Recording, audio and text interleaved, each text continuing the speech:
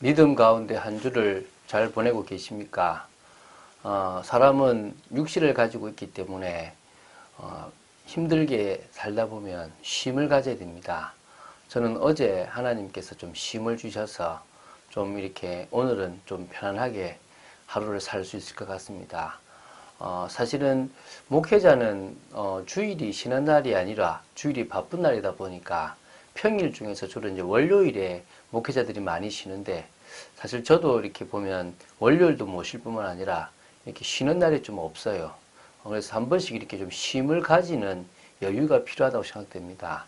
여러분들은 토요일 주일이 좀 쉬는 날일 것인데, 주일에도 교회를 가서 하루 종일 일하는 것도 축복이겠지만 여러분 개인적으로 영육간에 강건함을 가지는 시간, 특히 오늘 같은 토요일 날, 이 토요일이 그런 날이 되어지기를 주 예수 그리스도 이름으로 축원드립니다. 자, 마가복음을 나가고 있습니다. 마가복음을 제가 이렇게 좀 조금씩 보다 보니까 참 문체가 아주 이렇게 간결하게 요약되어 있는 부분들을 좀 보게 됩니다. 오늘은 마가복음 1장 9절부터 13절 5절을 볼 건데요.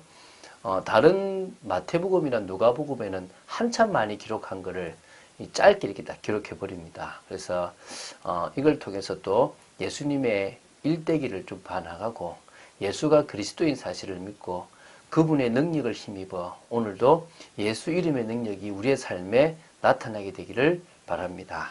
자, 먼저 좀 서론 좀 보면요.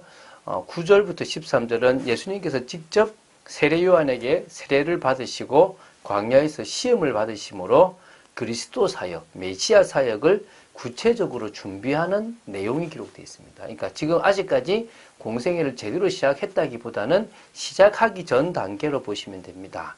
아까 말했지만 다른 공간복음, 마태복음과 누가복음에는 이 부분이 좀 길게 기록되어 있습니다. 마태복음 3장 13절부터 4장 11절까지 기록되어 있는 꽤 많은 내용이고요. 누가복음도 구분되면 3장 21절부터 22절, 4장 1절부터 13절까지 좀 긴 내용들을 이 마가복음은 총 5절로 짧게 약수를 하고 있다고 보시면 됩니다. 그래서 그리스도의 사역, 이 메시아 사역의 준비보다는 실제 이 그리스도 사역을 독자들에게 빨리 전달하고자 싶어서 이런 빨리 이렇게 짧게 했는지, 아니면 원래 로마인들의 그 성향을 따라서 좀 마가의 성향도 그래서 짧게 했는지 모르겠지만 짧게 그래서 사복음 속에서 가장 짧은 성경이지만 많은 내용을 담고 있는 그런 성경으로 보시면 되겠습니다. 그래서 지금 제가 두 번에 걸쳐서 읽겠습니다. 9절부터 11절까지를 한번 읽겠고요. 12, 13절 읽겠습니다. 9절부터 11절까지가 세례 받으시는 모습이고 12, 13절이 바로 시험 받으시는 모습이라서 그렇게 나누어서 한번 읽어보도록 하겠습니다. 자, 9절부터 11절 읽겠습니다. 그때 예수께서 갈릴리 나사렛으로부터 와서 요단강에서 요한에게 세례를 받으시고 곧 물에서 올라오실새 하늘이 갈라짐과 성령이 비둘기같이 자기에게 내려오심을 보시더니 하늘로부터 소리가 나기를 너는 내 사랑하는 아들이라 내가 너를 기뻐하노라 하시니라. 자, 지금 이 예수님께서 갈릴리 나사렛으로부터 왔다 그랬잖아요. 그러면 그분의 출생은 어디죠? 베들레헴입니다. 우리가 아는 베들레헴 땅, 이 바로 유다 땅이거든요. 베들레헴에서 태어나셨습니다. 근데 이 소식이 동방박사에 의해서 이 헤로드 왕에게 들려짐으로 말미암아 이 베들레헴 주위에 있는 사람들의 그 아이들이 2세 이하의 아이들이 다 죽게 되는 일이 벌어집니다. 그래서 그때 예수님께서 베들레헴에서 애굽으로 피난을 가십니다. 그리고 거기서 헤로드 왕이 죽고 난 이후에 가라고 하는 음성을 듣고 오는데 아직 다른 그 아들 왕이 살아 있음으로 말미암아 나사렛 부모님 이 요셉과 마리아가 살았던 나사렛으로 와서 어린 시절을 보내게 됩니다. 그래서 30세까지 그곳에 있었다고 보면 됩니다. 그러니까 마가는 다 앞에 걸 빼버리고 나사렛에서부터 와서 어디로요? 요단강에서 온 거죠. 그러니까 요한은 요단강 건너편이라 그랬으니까 요단강에서 이 요르단 쪽에 있는 요단강으로 보면 됩니다. 그쪽을까지 가셔서 세례를 받으셨다라고 보시면 됩니다. 나사렛은요, 그러니까 예루살렘으로부터 북쪽으로 약 120m 떨어진 곳에 위치한 작은 마을인데 해발이 한 488m 정도가 되는 그런 그 구릉입니다. 그래서 이 갈릴리는 유다, 사마리아 그리고 베레와 함께 로마가 이스라엘을 지배하면서 나눈 4대 행정구역 중에서 한 곳입니다. 그래서 갈릴리 바다를 중심으로 되어 있는 곳이거든요. 거기서 어디까지 갔다는 겁니까? 이 요단까지 갔는데 이 갈릴리는 바로 이 누가 이사야 9장에 바로 이게 이사야도 예언했던 또 많은 사람들이 예언했던 그곳이 바로 이 갈릴리라고 보시면 됩니다. 자, 요 정도까지만 보고요. 이제 세례받는 부분이 나옵니다. 이 세례를 받으러 이제 나오는 건데요. 자, 그러면 지금 여기서는 바로 그냥 세례를 바로 받았다라고 나옵니다. 근데 마태복음에는 뭐라 나오냐 그러면 나는 당연히 세례를 줄 수 없다라고 얘기하니까 예수님이 나와 너가 하나님의 뜻을 이루자라고 얘기가 나옵니다. 그리고 요한복음에서는요, 요한이 뭐라 그러냐면 세례 요한이 뭐라 하기를 나는 그를 알지 못한다. 내가 증거할 메시아를 알지 못하는데 내가 세례를 주는 사람 중에서 성령이 비둘기처럼 그 머리 위에 임하는 사람이 있는데 그가 바로 내가 증거할 자다. 그래서 나는 세례를 주고 있다라고 얘기합니다. 그래서 이 점이 세례가 상당히 중요한 건데요. 바로 그런 관점에서 볼 때 사실은 세례 요한은 예수님을 알았습니다. 그분이 메시아일 거라는 짐작을 했습니다. 왜냐하면 자신의 어머니 엘리사벳과 예수님의 어머니 마리아는 친족이고 또 같이 뱃속에 있을 때 6개월 동안을 같이 있었다는 사실을 우리 누가복음에서 봤습니다. 그렇기 때문에 사실은 세례 요한은 어릴 때부터 예수가 그리스도라는 사실을 들어왔습니다. 그래서 아마 마태복음에 앞에 왔을 때 내가 당신의 세례를 주는 게 아니라 내가 세례를 받아야 되지 않겠습니까? 라고 얘기했지만 세례 요한은 마지막 제사장으로서 인류의 죄를 예수님에게 전가하는 일을 해야 됩니다. 그러나 그는 원칙적으로 성령으로 말미암아 뭐냐면 네가 세례를 주는 사람 속에서 성령이 비둘기처럼 임하는 그가 바로 네가 증거할 자라고 보입니다. 그게 맞는지 안 맞는지 줘봐야 알지 않습니까? 실제 세례를 주니까 하늘 문이 열리고 성령이 비둘기처럼 그 머리 위에 임하게 되는 겁니다. 그렇기 때문에 세례 요한은 예수님을 향해서 보라 세상 죄를 지고 가는 하나님의 어린 양이라고 얘기를 한 겁니다. 그래서 그때 세례 요한의 제자로 있었던 사도 요한과 안드레가 예수님을 따라가는 일이 요한복음에 기록되어 있었던 거죠.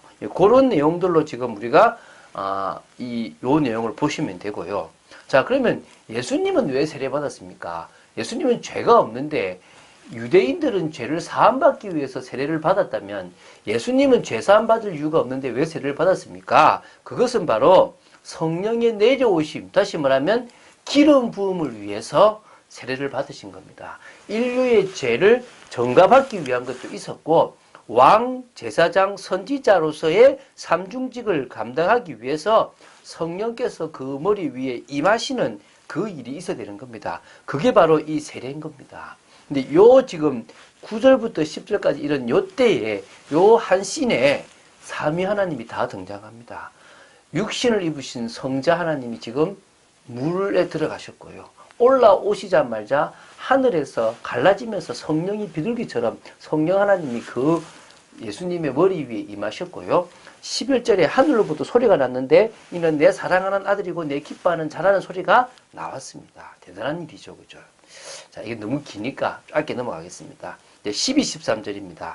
성령이 곧 예수를 광야로 몰아내신지라 광야에서 40일을 계시면서 사단에게 시험을 받으시며 들짐승과 함께 계시니 천사들이 수종들더라. 지금 마태복음에도 나오고 누가복음에도 나옵니다. 마태복음 4장, 누가복음 4장에 나오는데요. 마태복음은 총 11절에 걸쳐서 이야기를 하고 누가복음은 총 13절에 걸쳐서 이야기하는 것을 마가복음은 짧게 딱 2절에 걸쳐서 했습니다. 이 광야는요, 말 그대로 아무도 없는 타인과의 교제가 없는 고독한 곳이고 의지할 곳이 없는 그곳으로 가서 이 40일이라는 것도 사실은 의미가 있는데요. 어떤 의미가 있습니까? 바로 유대인에게서는 땅의 숫자인 4와 또 뭡니까? 하늘의 숫자를 이기는 10, 그리고 곱해서 40일입니다. 그래서 이 40일은 어떤 준비하는 기간을 말합니다. 그래서 성경에 보면요. 노아 시대에 40주야로 비가 왔고 또 이스라엘이 출애굽해서 40년 광야를 가게 됐고요. 모세가 하나님 앞에서 40주야 동안 말씀을 받았고요. 엘리야도 40주야를 걸어서 호렙산으로 가게 되었고요. 이 40이라는 수가 되게 많이 나오는 겁니다. 그래서 이 40일 동안 아무것도 드시지 않으시면서 시험을 받았습니다. 이 시험은요, 앞에서 아담은 선악과를 따먹는 시험을 저버려서 인간에게 죄가 왔다면 예수님은 첫 시작에 아무 죄 없는 그분이 이 시험을 이기심으로 말미암아 죄의 종로로 하지 않으셨고요. 오히려 죄를 이기는 그 말씀에 순종하는 일을 끝까지 이루시게 됩니다. 공생의 사역을 하시기 전에 예수님은 똑같은 조건에서 시험을 받으셨지만 절대 죄에게, 사단에게 속지 않고 지지 않으셨다는 것입니다. 자, 지금 제가 말이 자꾸 빨라지는 이유가 5절에 불과한 이 내용이 상당히 많은 내용을 가지고 있습니다. 이 마가복음이 이렇게 짧지만 많은 내용을 담고 있기 때문에 많은 내용을 제가 읽지 않고 짧은 내용들을 읽어 나가면서 그 속에 있는 숨어 있는 것들을 찾아내려고 합니다. 예수 그리스도를 믿으시기 바랍니다. 그분은 능력입니다. 그분은 전부입니다. 그 그리스도를 아는 사람이 현장에 가면요, 영향력 있는 제자가 되는 겁니다. 귀신도 벌벌 뜹니다. 내가 예수 이름을 붙잡고 있으면요, 벌벌 뜹니다. 귀신 들린 사람이 그러지 않습니까? 내가 예수도 알고 바울도 아는데 너는 누구냐? 바울이 능력이 있으니까요. 사단도 바울 이름에 벌벌 떨었답니다. 바울의 이름이 대단한 게 아니라 바울이 증거하는 예수가 얼마만큼 대단한지를 알았다는 것입니다. 바울이 얼마만큼 예수 이름을 믿었는지 알았다는 것입니다. 오늘 우리는 예수 이름을 믿어야 될 줄로 믿습니다. 그럴 때 우리 현장에 예수 이름을 받을 자들을 찾게 될 줄로 믿습니다. 하나님은 병들고 문제 있는 사람들을 복음으로 치유하고 살리기 원합니다. 내일 주일입니다. 말씀을 사모하시고요. 특히 성찬식도 많이 할 건데요. 바로 이렇게 추수감사절 전에 이 중요한 시간표에 여러분들은 예수 십자가의 그 능력을 누구보다도 붙잡는 오늘 특별한 날이 되기를 주 예수 그리스도 이름으로 축원드립니다. 주는 그리스도시요 살아계신 하나님의 아들이심을 고백합니다. 짧은 시간에 나눌 내용으로는 너무나 많은 것들이 있음을 고백합니다. 그러나 아버지 하나님, 이 새벽에 저희들이 예수 십자가의 능력을 믿기 위하여 예수님이 세례 받으신 이유와 예수님이 시험 받으신 이유를 좀 더 사실적으로 아는 축복의 저희들 되도록 지켜 주시옵시고, 오늘도 그리스도를 믿는 믿음으로 충만한 저희들 되게 하여 주시옵소서. 주 예수 그리스도 이름으로 기도드립니다. 아멘.